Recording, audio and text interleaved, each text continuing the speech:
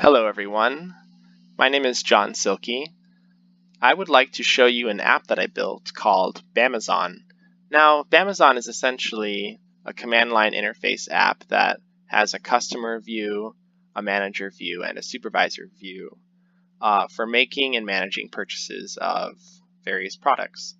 So I think the best way to show you would be to do a demo of the application. So why don't we start with our customer view. We initialize this through Node by entering the command customer.cli.js. Now this brings us to our main menu. Right now there's only one option on our main menu, which is to purchase an item. In the future we can extend this application to allow the customer to review past orders, or perhaps to see the status of a current order, such as currently being shipped, and so on and so forth. But for now, let's go ahead and jump into our purchase interface. So in this menu, we have two options, which are to list all items and make a purchase, or to browse items by department. So let's start with list all items and make a purchase. This gives us a table of all of the products currently being offered by Bamazon. Now this gives us three columns: an item ID column, a product name column, and a price column. So let's say that after reviewing all the items that they currently have, we decide we would like to buy a holographic calculator, which is item ID 35. So let's start by entering 35 into the item ID. And let's say we wanted to buy 2. And perhaps the user accidentally enters 22 and hits enter. It will give an error message saying that there is insufficient stock. So as you can see, there's a little bit of input validation that takes place behind the scenes to make sure that the customer doesn't enter incorrect information, or if the customer acts or requests a quantity that is currently not sufficient in Bamazon's stock. So let's go back to that and let's try that again, but this time let's enter our information correctly. So we want to buy the holographic calculator, and we want to buy 2. It will ask us to review our order. So it looks like everything is proceeding as we expect it to. So let's say everything is correct. We hit yes, and it gives us a success message, giving us the product name, the department, the unit price, quantity requested, and our purchase total.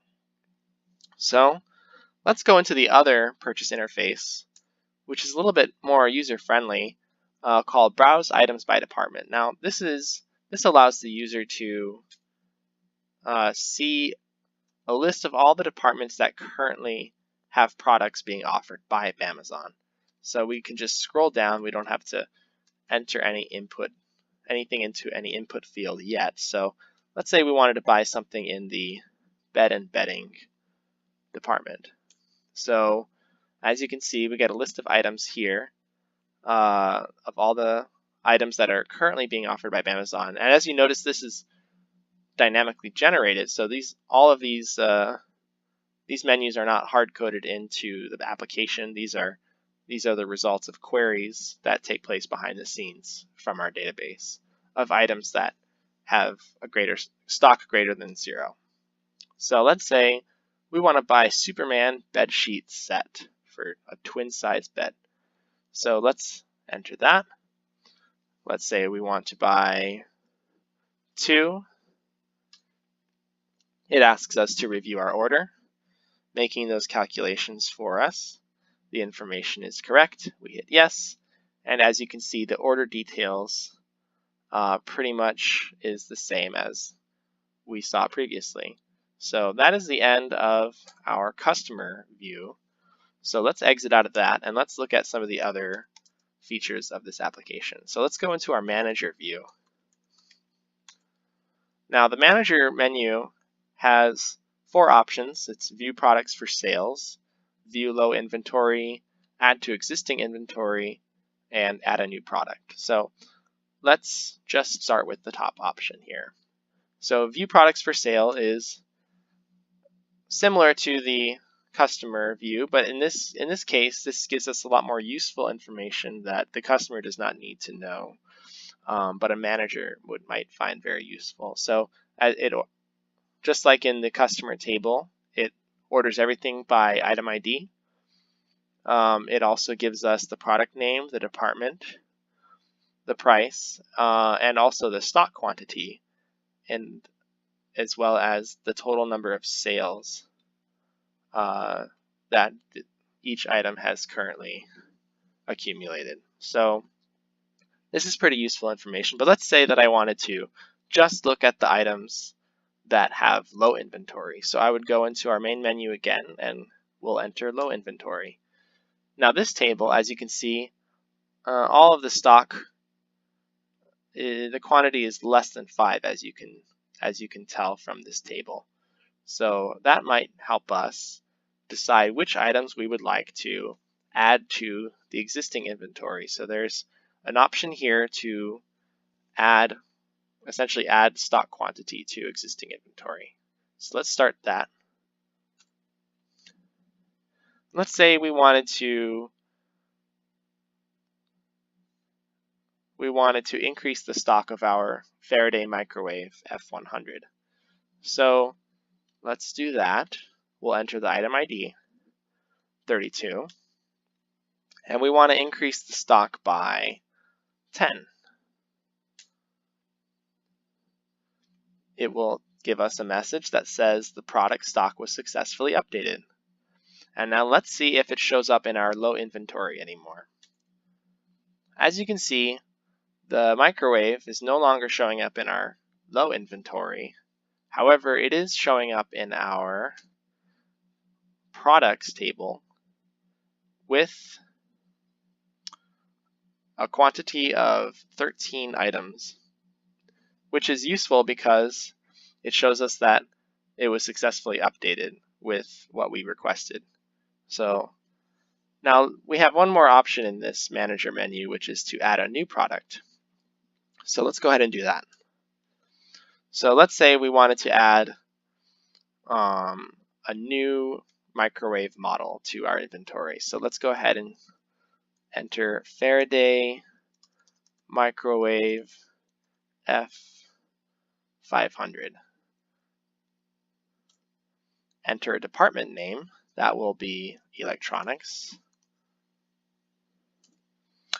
And this price is going to be $449.99. And let's start with a stock quantity of 15.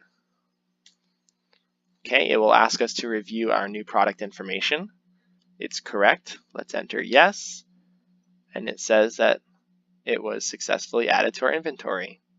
So let's go ahead and see if it shows up in our table. And there it is. As you can see, a new item ID was generated for it, and it has all of the information that we told it to. So just to double check everything is checking out so far, let's go back to our customer view by entering customer CLI.js, and let's see if it shows up in our table. And it is there.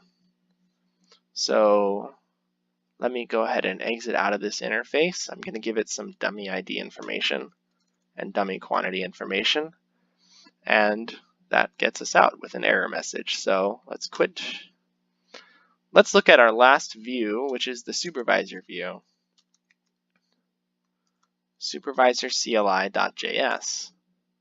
Now this has two options. One is to view product sales by department, and the other is to create a new department. So let's start with that first one, to view the product sales by department. This gives us a table of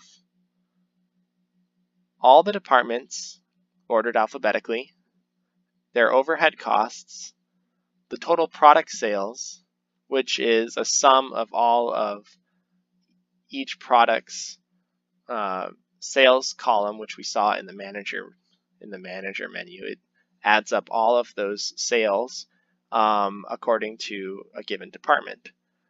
And it also, as you can see, it will tell us if there's a department that exists in the database but does not have any product sales. It will actually tell us that information here, which is essentially a null value. And it also has a total profit column. Now, total profit comes from subtracting the overhead costs from the total product sales. So as you can see, the appliances have not had very many sales since Bamazon started, so we get a negative profit margin here. However, electronics is doing pretty well. That has a positive profit margin here. So let's go back to our menu, and let's say we wanted to create a new department. So our new department, let's call it